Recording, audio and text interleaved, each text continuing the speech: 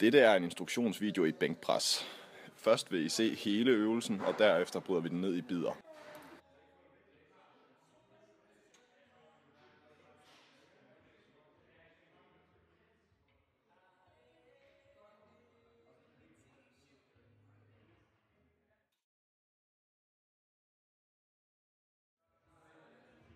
Find en stabil fodstilling, hvor du kan holde balancen og spred benene.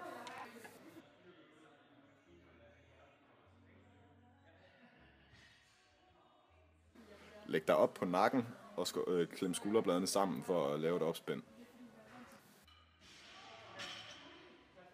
Underarm og albue skal være lodrette og være lige under stangen.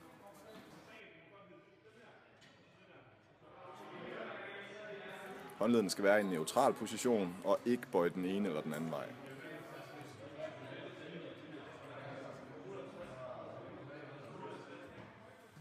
Når du unracker stangen, så tag en dyb indånding, rack ud, pust stille ud igen, vent lidt, tag en ny indånding og bænk.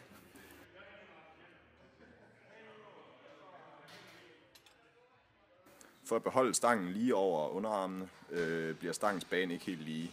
Den kommer til at køre i en slags omvendt J.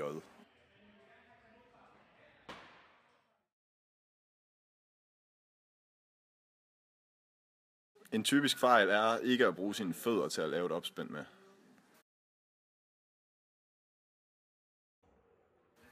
En anden typisk fejl er dårligt eller helt manglende opspænd. En anden fejl er, at stangen hviler for meget i håndledene, eller at man bruger et tommelfingerløst greb som suicide grip.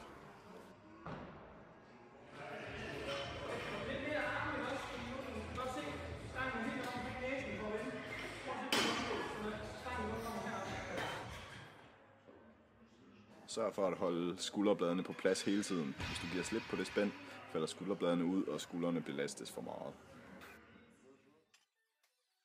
Husk at trække vejret mellem alle reps.